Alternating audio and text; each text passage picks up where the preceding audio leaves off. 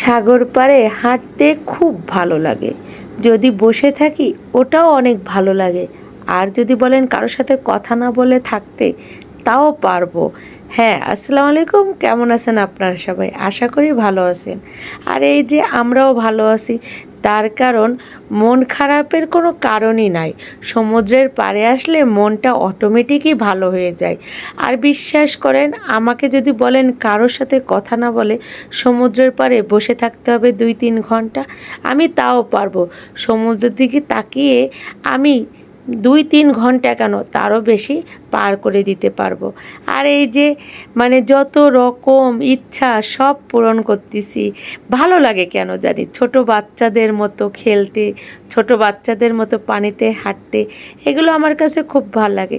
কোনো সময় খালি পায়ে, কোনো সময় জুতা পরে হাঁটতে খুবই ভালো লাগে। আর এই যে আমরা এখন একটু ঝালমুড়ি খেয়ে নিচ্ছি, কারণ একটু ক্ষুধাও লেগে গেছে। হ্যাঁ, সকালবেলায় চলে আসছি আর আবহাওয়াটা অতটা ভালো ছিল না। তো আসলে এখানে সব কিছুই ভালো লাগতেছে।